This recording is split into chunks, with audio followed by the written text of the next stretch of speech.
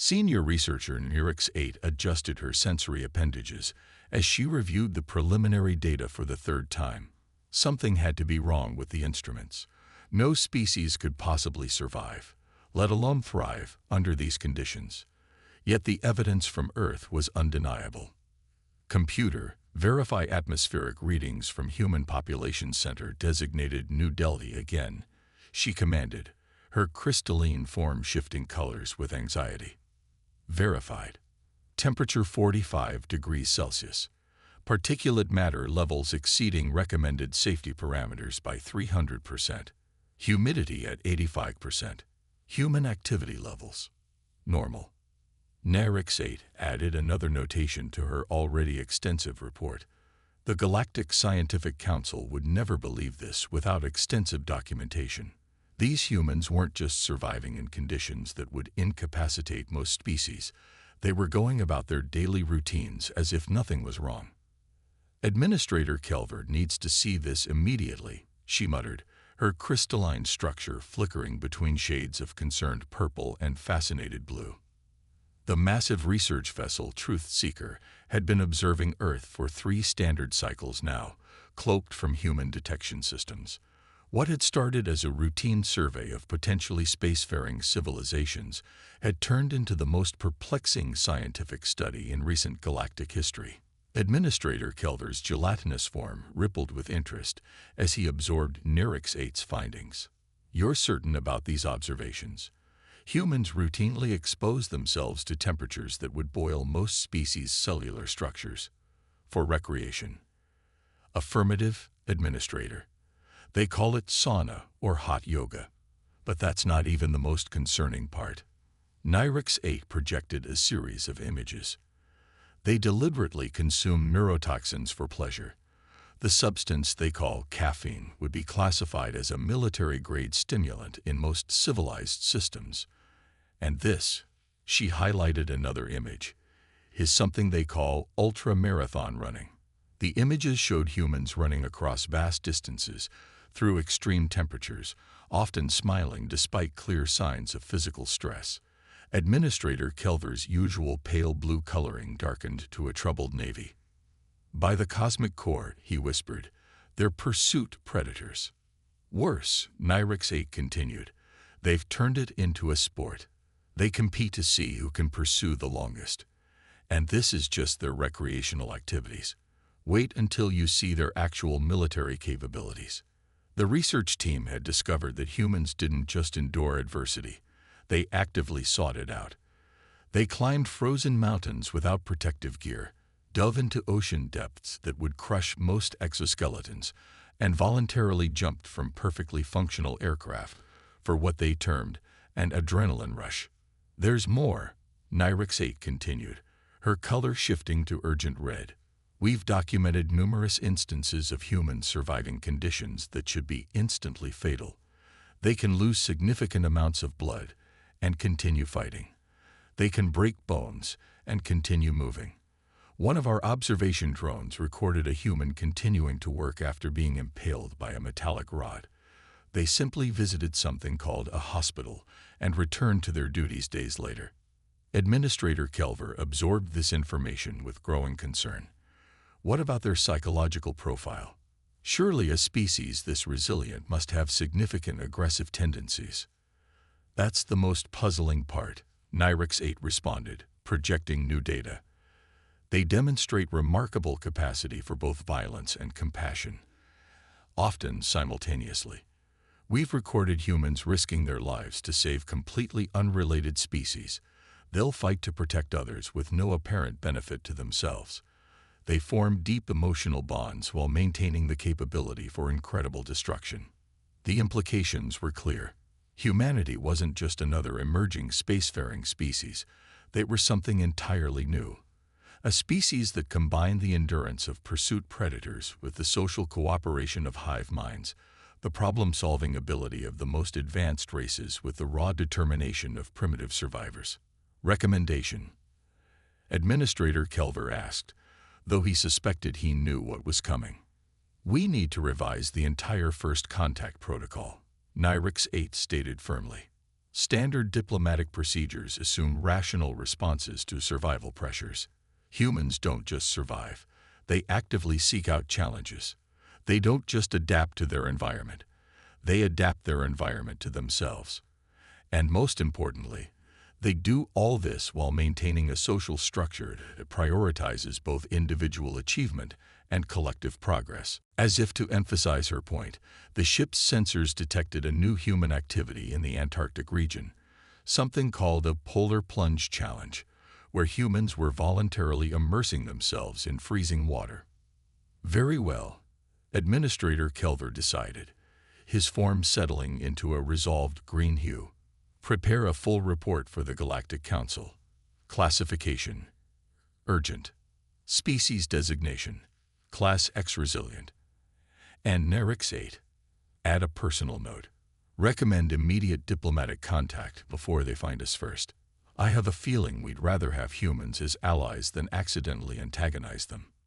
As Nerix 8 began composing the most important report of her career, she couldn't help but wonder, how would a species that treated extreme conditions as a challenge react to learning they weren't alone in the universe? The answer, she suspected, would change galactic society forever. 3 days after submitting their initial report, the Truth Seekers observation team witnessed something that forced them to reevaluate everything they thought they knew about biological limitations.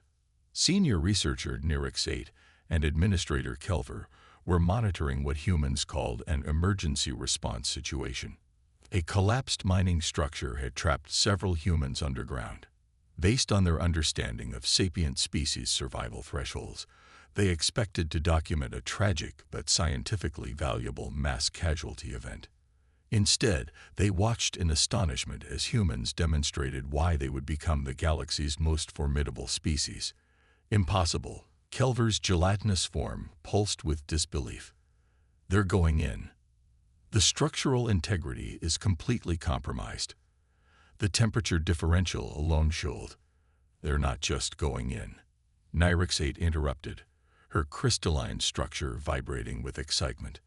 Look at their methodology. They're improvising support structures. They're creating ventilation systems out of debris. They're adapting the hostile environment in real time.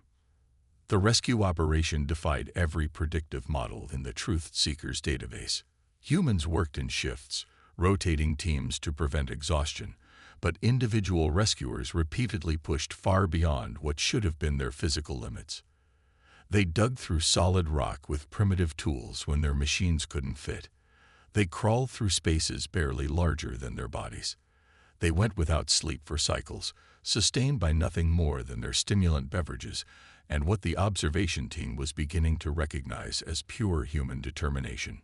Update from the long-range sensors, reported junior researcher Vex 12, their mechanical appendages clicking with agitation. The trapped humans are still producing life signs. They've created a sustainable air pocket and are apparently singing. Kelver rippled in confusion. It appears to be a cultural behavior, Nerix 8 explained. They use rhythmic vocalizations to maintain group cohesion and morale. But that's not the most remarkable part. Look at their biological readings. The data showed that despite extreme conditions, the trapped humans were maintaining stable vital signs. They had organized their limited resources, established communication protocols, and were actively assisting in their own rescue. Not just surviving, but problem-solving under conditions that should have induced immediate panic in any rational species. Cross-reference this with our previous observations. Nerix 8 commanded the ship's eye. Pattern analysis. Human response to extreme physical stress. The holographic display filled with examples. Humans surviving in space vacuum for brief periods. Humans recovering from massive physical trauma. Humans adapting to lost limbs with mechanical replacements and somehow exceeding their original capabilities. There's a consistency here, Vex 12 noted, mechanical eyes whirring as they process the data. Humans don't just endure. They improve. Each challenge they survive makes them more efficient at surviving the next one. It's not just physical adaptation, Nerix 8 added. Look at their historical records. Every natural disaster, every environmental challenge, every limitation of their biology. They turn them all into opportunities for advancement. They're constantly pushing their own boundaries, deliberately exposing themselves to increasingly extreme conditions. The rescue operation continued below. Hour after hour, the humans worked tirelessly. When conventional methods failed, they invented new ones. When tools broke, they made better ones. When paths were blocked, they found new routes. Administrator, Nyrix 8's color shifted to urgent crimson. I don't think we're just observing a physically resilient species. We're watching the evolution of something unprecedented in galactic history. Kelver's form darkened with realization. Elaborate. Most species evolve to fit their environment. Humans force their environment to evolve around them. And they do it consciously, deliberately, generation after generation. Look at their population centers. They've built thriving communities and environments that should be completely inhospitable. Deserts, tundra, even underwater in some cases. The implications were staggering. A species that treated lethal conditions as mere inconveniences. A species that responded to physical limitations by simply refusing to accept them. A species that somehow combined the raw determination of primitive life forms with the technological innovation of advanced civilizations. As if to punctuate their discussion, the sensors registered a breakthrough in the rescue operation. The humans had reached their trapped companions. Medical data streamed in, showing the survivors' conditions: dehydrated, injured, but remarkably stable. And then something that made even the ship's AI pause for recalculation. The rescued humans were already asking about when they could return to work. Update the report to the Council, Kelver ordered, his color a mix of awe and concern. Classification: beyond standard parameters. Note: traditional threat assessment protocols may be inadequate. These humans, they don't just survive adversity. They embrace it. They seek it out. They've turned the very concept of survival into an art form. Nyrix 8 added one final observation to her report. In conclusion, human physical capabilities cannot be measured by conventional standards. They have transformed their biological limitations into psychological advantages. Every impossible situation they survive only makes them more certain that nothing is truly impossible. The galaxy has never seen anything like them, and we must be prepared for how this will change everything. As the rescue teams below celebrated their success, the Truth Seeker's crew watched with a new understanding. They weren't just observing another spacefaring race. They were witnessing the emergence of a species that would redefine what was possible in the universe. And somewhere in the vast darkness of space, the Galactic Council received their report, and for the first time in millennia, the ancient institution felt something very close to fear. Would you like me to continue with Part 3? This section has built upon the established themes while introducing new aspects of human capability and resilience, particularly focusing on their physical adaptability and problem-solving under extreme conditions. The Morgoth invasion fleet appeared without warning. 57 warships, each carrying enough firepower to level a continent, dropped out of hyperspace on the dark side of Earth's moon. The reptilian species had a simple philosophy: strike first, strike hard, and leave no survivors. They had conquered 17 worlds using this strategy. Earth would be their 18th. Or so they thought. They're doing what? Supreme Commander Vexthar of the Morgoth fleet hissed in disbelief, his scales shifting from battle red to confused orange. The humans are broadcasting their response across all frequencies. Supreme Commander, his communications officer, replied. They're laughing. The Truth Seekers observation team watched the unfolding situation with rapt attention. After months of studying humanity, they had expected an unusual response to first contact. But this exceeded even their revised predictions. Are you seeing this? Nyrix 8's crystalline form flickered with excitement. The humans have already identified the fleet's weak points. They're not even waiting for diplomatic channels. Administrator Kelver's gelatinous form rippled with concern as they monitored Earth's military channels. Humans weren't following any standard defense protocols. Instead, they were doing something entirely unprecedented. They were improvising. The first sign that the Morgoth had severely miscalculated came when their advanced scouts reported that Earth's military installations appeared abandoned. The second sign was when those same scouts began disappearing. "What do you mean?" The ground swallowed them. Vexthar demanded. The truth was both simpler and more terrifying. Humans had centuries of experience in guerrilla warfare. While the Morgoth expected conventional military resistance, humanity had turned their entire planet into one massive trap. Fascinating, Vex 12 noted, their mechanical appendages whirring as they processed data. The humans are using their own infrastructure as weapons. They're flooding subway systems, redirecting power grids, even using their entertainment venues as command centers. The Morgoth's first ground assault fell apart before it began. Their dropships, designed to land on flat, open terrain, found themselves trying to navigate urban canyons where every window potentially hid a defender. Their energy shields, impervious to conventional weapons, proved surprisingly vulnerable to mundane substances like water and concrete dust. "They're adapting our own technology against us," a Morgoth field commander reported frantically. "They've already reverse-engineered our shield frequencies. They're not just fighting us, they're learning from us while they fight." The Truth Seeker's crew watched as humanity demonstrated why they would become known as the galaxy's most terrifying warrior species. It wasn't their weapons or their technology. It was their ability to turn absolutely anything into a weapon. "Are they?" Kelver's form darkened in disbelief, using their civilian vehicles as improvised missiles. "Affirmative," Nyrix 8 responded. "And note how they're combining primitive and advanced technologies. They're using simple mirrors to blind targeting systems. They're disrupting communications with basic electromagnetic interference. They're turning their planet's very environment into a weapon." The Morgoth invasion, expected to last hours, stretched into days. Each passing hour brought new surprises as humans demonstrated warfare techniques that had never been seen in galactic history.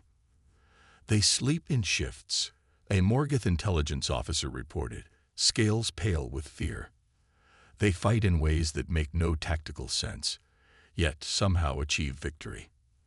They treat injuries that should be fatal and return to battle. They're enjoying this." That was perhaps the most terrifying realization for the Morgoth. Humans didn't just fight. They adapted. They learned. They improvised. And most disturbingly, they seemed to thrive on the challenge. Update to the Council. Kelver dictated as they watched another Morgoth assault fall apart against seemingly primitive human defenses. Humanity has demonstrated unprecedented tactical flexibility. They don't just resist invasion. They treat it as a problem to be solved, an obstacle to be overcome. They're not just defending their world. They're using this attack as an opportunity to advance their own capabilities. The end came out with a dramatic final battle, but with a simple message broadcast to the Morgoth fleet.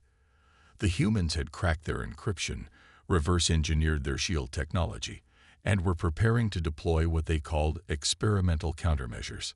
The Morgoth, a species that had never retreated in their entire military history, fled. Final analysis. Nyrix 8 recorded as the last Morgoth ship vanished into hyperspace. Humanity's true strength isn't in their weapons or their technology. It's their ability to adapt, to improvise, to turn any situation to their advantage. They don't just survive conflicts, they emerge stronger from them. The galaxy has never seen a species quite like this. As the Truth Seeker's crew compiled their observations, Earth's various militaries were already sharing data, analyzing captured Morgoth technology, and implementing improvements to their defenses. They weren't celebrating their victory. They were preparing for the next challenge.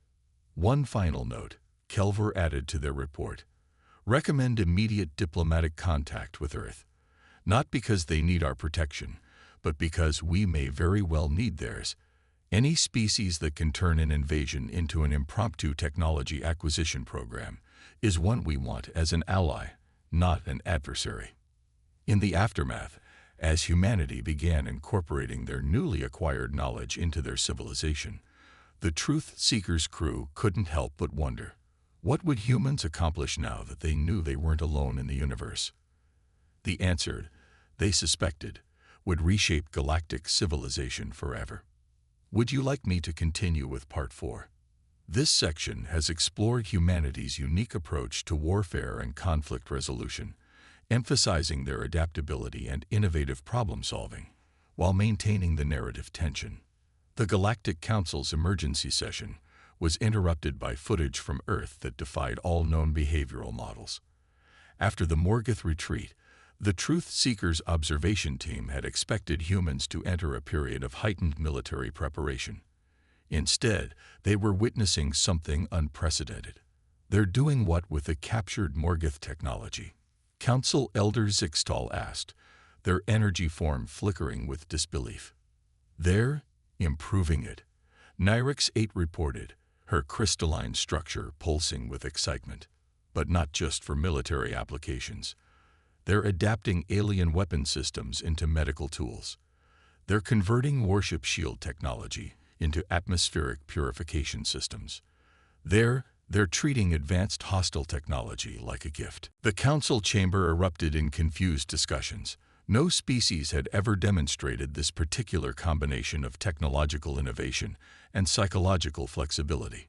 Where others saw weapons, humans saw opportunities. Where others saw threats, humans saw challenges to overcome. Administrator Kelver's latest report detailed a particularly striking example. A group of human scientists had taken a captured Morgoth plasma cannon, a weapon designed solely for destruction, and reconfigured it into a device for cleaning ocean pollution. Their cognitive patterns are unlike anything we've encountered, Chief Psychologist Ven 3 explained. Their neural network pulsing with intense colors. Most species respond to threats with either aggression or withdrawal. Humans, they respond with curiosity.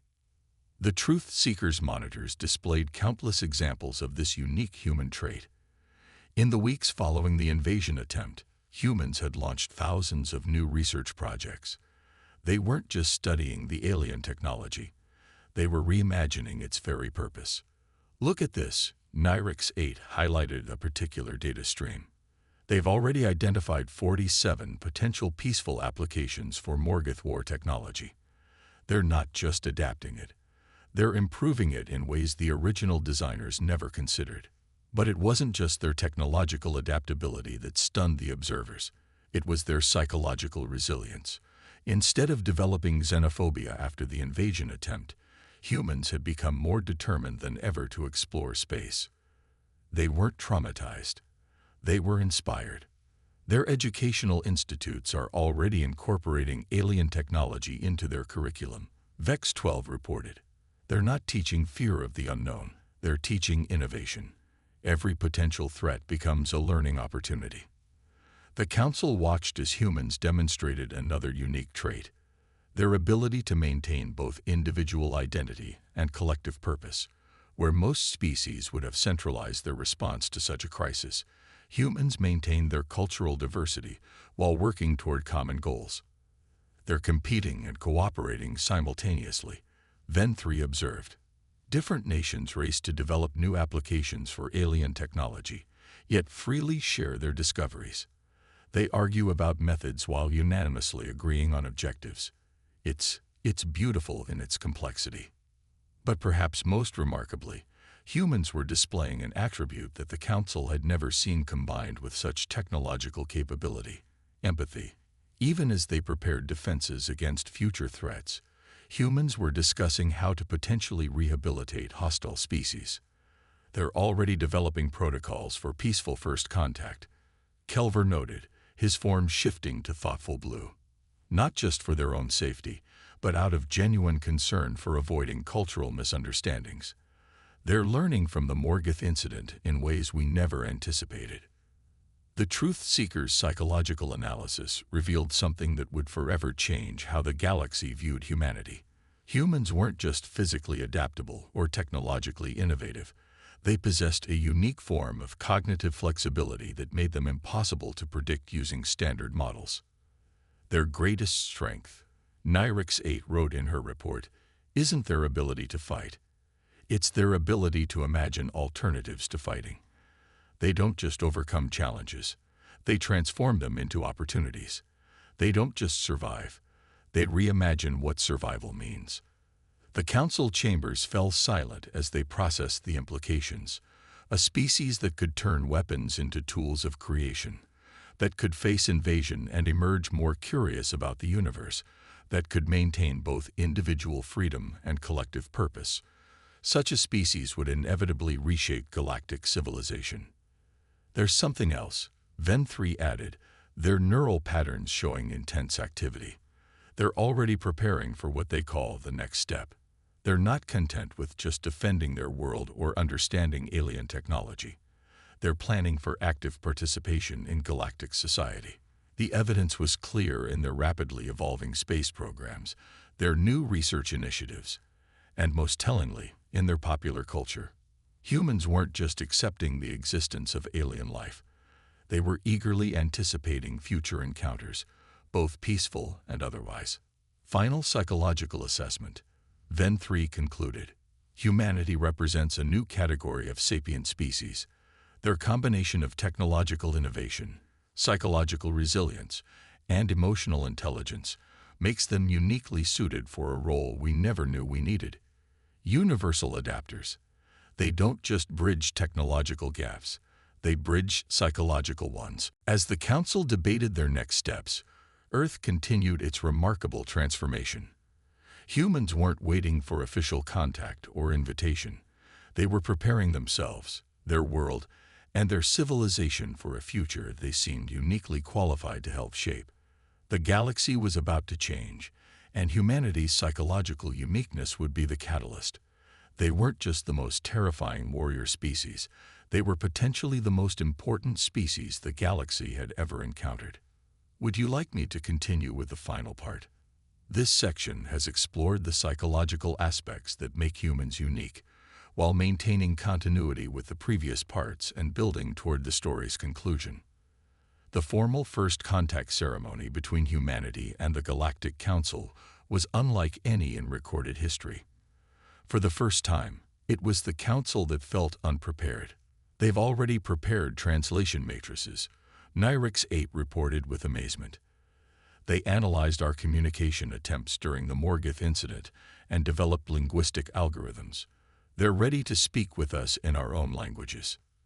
The Truth Seeker's crew watched as human representatives arrived at the designated meeting point, not in military vessels, but in ships clearly designed for diplomatic and scientific missions. Ships that, their scanners revealed, were partially built using improved versions of Morgoth technology. Remarkable.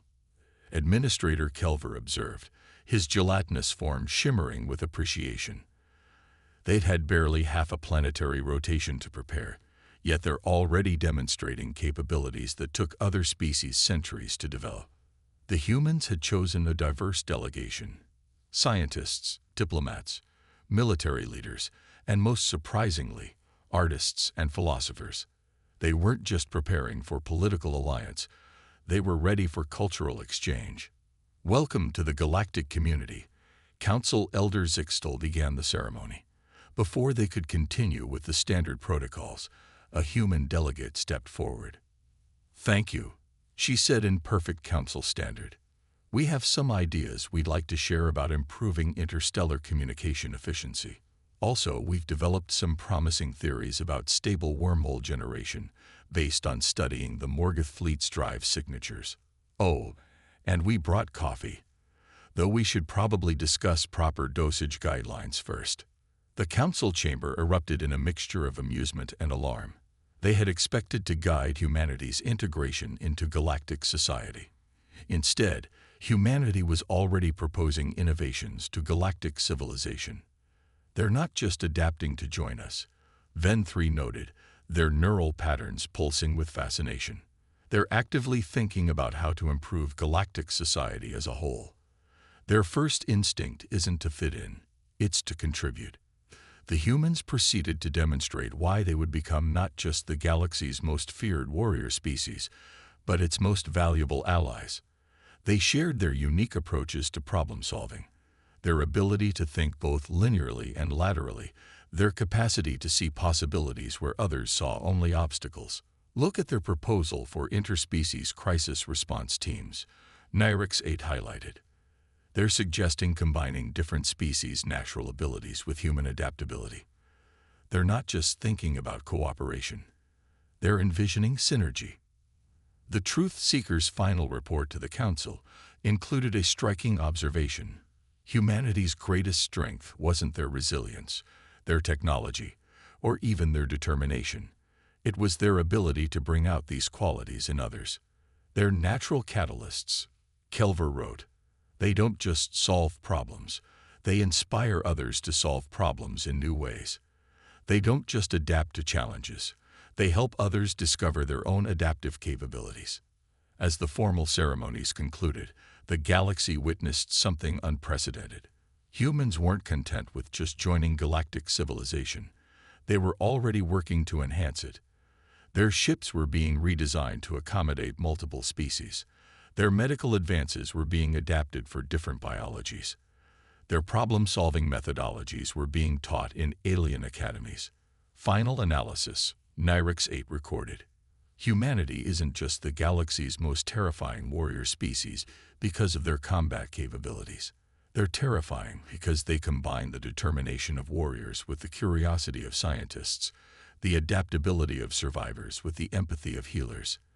They don't just fight. They transform. They don't just survive. They thrive.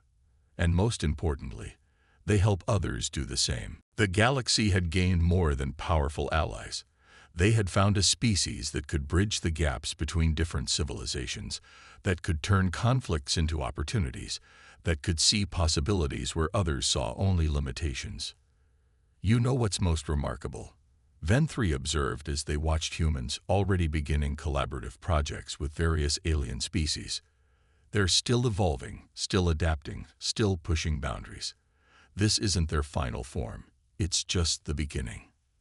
The Truth Seekers' mission had started as a routine observation of a potentially spacefaring species. It ended with the discovery of something unprecedented. A species that combined the best qualities of all known civilizations while possessing unique traits of their own. As the human delegation prepared to return to Earth to begin the process of global integration into galactic society, Administrator Kelver added one final note to the official record. In conclusion, humanity's classification as the galaxy's most terrifying warrior species isn't due to their capacity for violence. It's due to their capacity for transformation. They transform challenges into opportunities, enemies into allies, and limitations into possibilities. They are warriors not because they excel at fighting, but because they never stop striving for something better. The galaxy hasn't just gained powerful defenders. We've gained teachers, innovators, and inspirers. The age of humanity has begun, and the universe will never be the same. The story of humanity's entrance into galactic society was just beginning. But one thing was already clear. The species that had turned Earth's harsh conditions into a cradle of innovation, that had transformed invasion into opportunity, that had faced the unknown with curiosity instead of fear, would play a pivotal role in shaping the galaxy's future. They weren't just the most terrifying warrior species. They were perhaps exactly what the galaxy needed to evolve into something greater than the sum of its parts.